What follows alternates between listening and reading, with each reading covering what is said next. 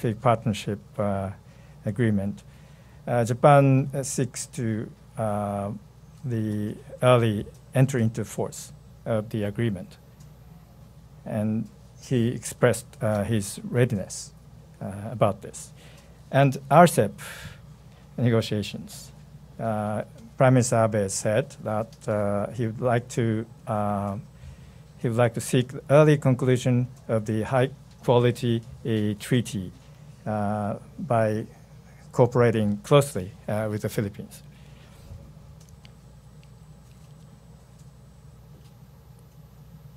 And Prime Minister Abe said that he would like to strengthen the defense cooperation with ASEAN, and concerning the financial safety net, he would like to do his utmost for the development of the financial safety net. And South China Sea issue, Prime Minister Abe said that by considering the final judgment of the tribunal court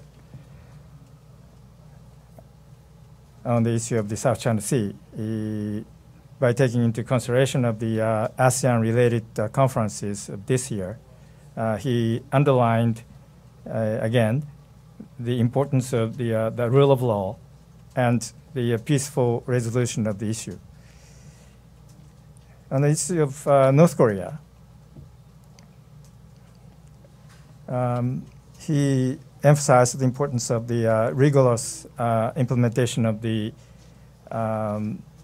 series of UN Security Council resolutions, including the most recent one, and concerning the nuclear and missile development by DPRK, which has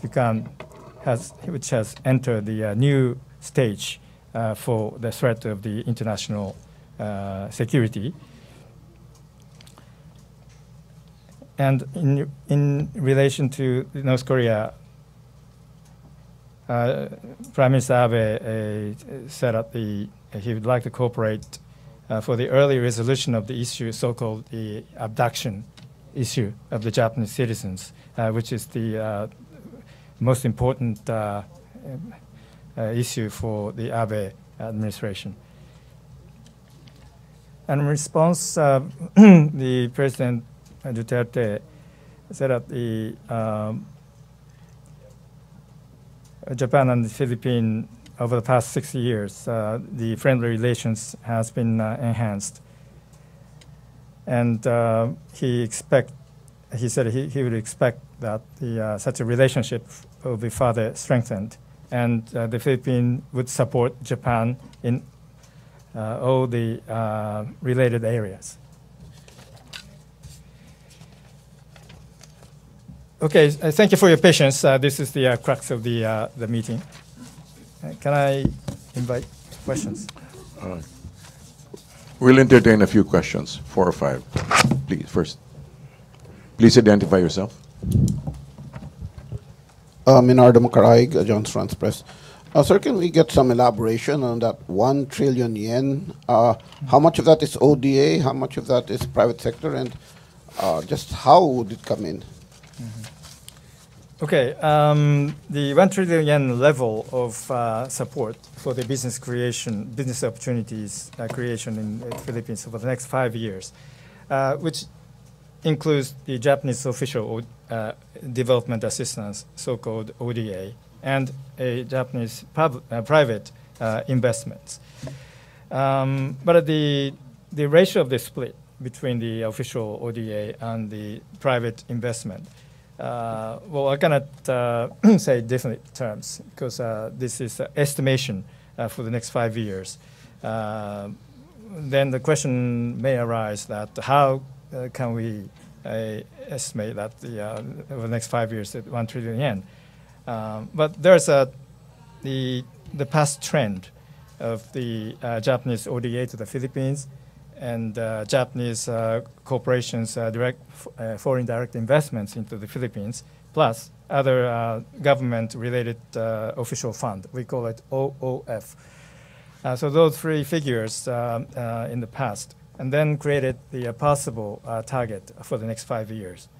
The crux, the bottom line of this announcement is that Japan is very eager to promote cooperation for the business and the economic development of the Philippines by utilizing all those available resources. And at the same time, Prime Minister also underlined the importance that this is a two-way street. It is not just one way of inflow of the investments of money from Japan, but for a very effective and comprehensive development of the Philippine economy. I'd like to emphasize that the business and investment-friendly environment on the side of the Philippines is also necessary. So we very much appreciate if the Philippine, the official and the private sectors of the understand this point and cooperate with us. And then towards that goal, as I said before, today we have agreed to establish the joint committee on the economic cooperation and infrastructure development. The top figure of this committee was already named from the Japanese side. We're expecting that the counterpart, the announcement from the Philippine side, from the next in the near future, and then we make a joint efforts towards that goal. Just follow up. Yes. I mean, 1 trillion yen, I think that's about $8.76 billion. Can you give us a comparative figure for, say, the previous 5 years of ODA and private investment? I mean, you said the trend is towards 1 trillion, but is there something indicating that? Well, actually, sometimes the figures of each respective year fluctuates. If you take the ODA, for example, depending on the conditions of the economy of the Philippines and conditions of the natural disasters and so on. So I'll give you the overall figures of the past years. Japan has thus far have provided the ODA of approximately $20 billion to the Philippines. And the Philippines is the most important partner for its economic development. And to the Philippines, from the Philippine side. Sorry? 20 billion over the... How many years? Okay, let me check with the start of the ODA. Maybe over the past 50 close to 50 years. I'll give you the figure. Next question. For the Philippines, Japan has been the absolutely top donor, as you know. Over 50% of the corporations that the Philippines received is from Japan. Thank you. Next question, please. Please identify. Good evening. My name is Cliff Benzon from Nikkei.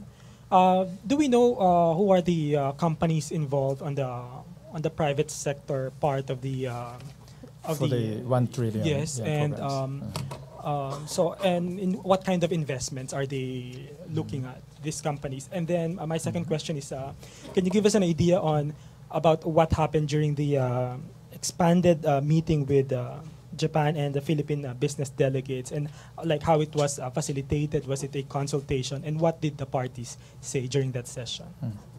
First of all, your last question, the business-related part, I'll come back to you later because I couldn't attend it. So, and which companies? Your first question. At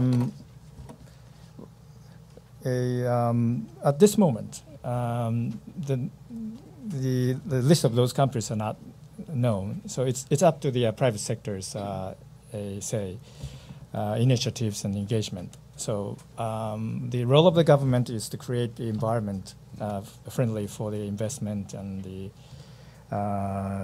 business activities. What kind of projects? What kind of projects are we looking at this point? well, from now on, we first of all established the committee, joint committee with the Philippines, and then we'll consider in which areas and what items and which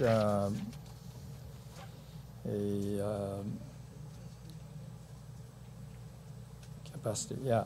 So, for example, the ODA based on the necessity-based ODA. We will estimate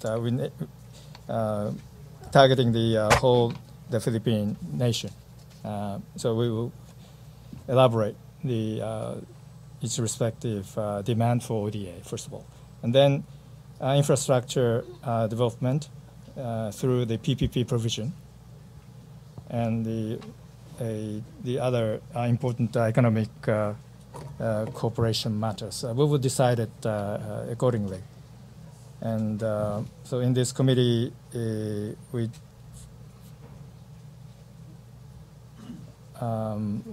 first of all, we have to decide the formation of the committee, membership, and the frequency of the meeting, and the schedules and so on. And then we'll consult such a demand for the ODA and in infrastructure development estimations and evaluations and the economic development policies and so on. Then the composition of the committee will it be a public and private individuals, or if on the government side, at what level is the involvement? Well, I think that for the further details will be decided later. But as far as the Japanese side is concerned, the top of the committee is already named, Mr. Izumi. He is the a senior advisor to the Prime Minister. Yeah, thank you. Thank you, sir. Next question, please, the gentleman. Good evening, Kawamura-san. I'm Rondon Kalunset from Kyodo News, Manila office. Just two questions. I'll shoot them. In his remarks, Prime Minister Abe said, we also had a frank exchange of views on the regional landscape and agreed to elevate cooperative relations. I just want to know if there was a mention of U.S.-Philippines alliance or relations, or the importance of the U.S. in the region. And my second question, sir, just on the lighter note, has it been confirmed that Prime Minister Abe will share breakfast with President Duterte at his residence tomorrow in Davao? Thank you, sir. Okay, for the question of the U.S., the reference to the alliance of the U.S. Today, in today's meeting, they didn't talk about such an issue. And tomorrow,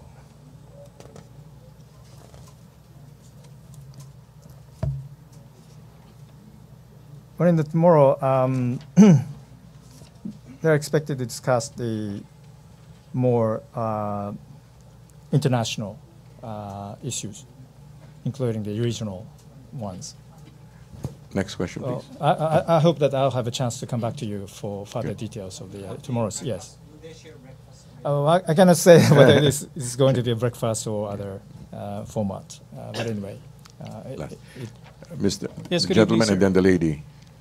Good Last evening, two sir. questions. Good evening, sir. Seth Casillo from GMA7, sir. Sir, under a relatively new Duterte administration, what is now Japan's role, if any, on the attempts to improve ties between the Philippines and the U.S., sir, if any?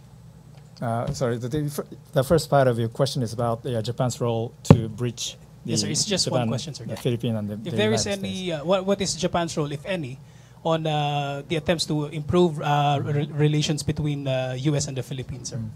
Well, you may recall the first meeting between Mr. Duterte and Mr. Abe in Tokyo. Not first meeting, sorry. The meeting in Tokyo last time.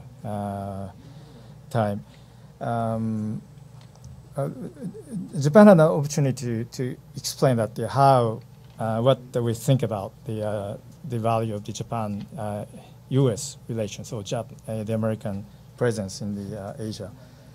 Well, Japan's fundamental position regarding the Japan-U.S. alliance is that it is the cornerstone of a foreign policy and security policy, and it will provide the security and prosperity and stability in the region, Asia-Pacific region. And this position will see no change. Whoever becomes the next president, although Mr. Trump is going to be assumed the presidency in the United States. So I will maintain this position, and we'll continue to work closely with the next U.S. administration so that the region, the Asia-Pacific region, be secure and prosperous. Just a follow-up, sir.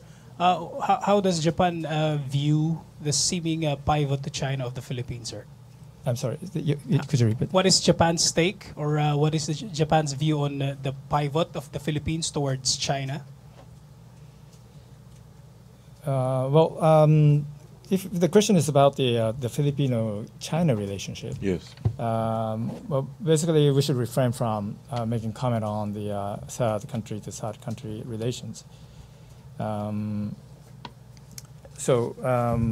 briefing here is about the today's summit meeting. Okay. So. Okay. I Next should question, stop. please. The lady. Hello, sir. My name is Zen Hernandez from ABS-CBN. Just a little bit related to that. I'm not sure if you know if Prime Minister Abe or Japan is open to joining multilateral talks with the Philippines and China with regard to the South China Sea issue. Is it security talks, you mean? Multilateral talks with regard to the South China Sea issue. Okay, if you Territorial mean dispute. those talks is about the ASEAN and ASEAN-led discussion on the issue of the South China Sea. If I recall the previous ASEAN-related meetings, they discussed this. The China, ASEAN will discuss the South China Sea issues. But the Japanese stance on particular issue then was that if such a dialogue and consultation on the issue of South China Sea is to be conducted by the ASEAN and China, it should be. We expect that such a dialogue and consultation will be carried out under the condition of the non-militarization of the region. I mean the South China Sea, and also countries seek the peaceful resolution of the dispute. So under those two terms, Japan will be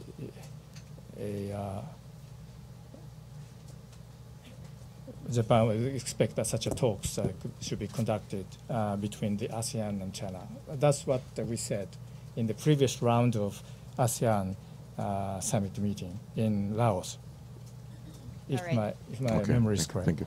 And just take the opportunity of this moment. When we studied the ODA to the Philippines, the answer is 1954.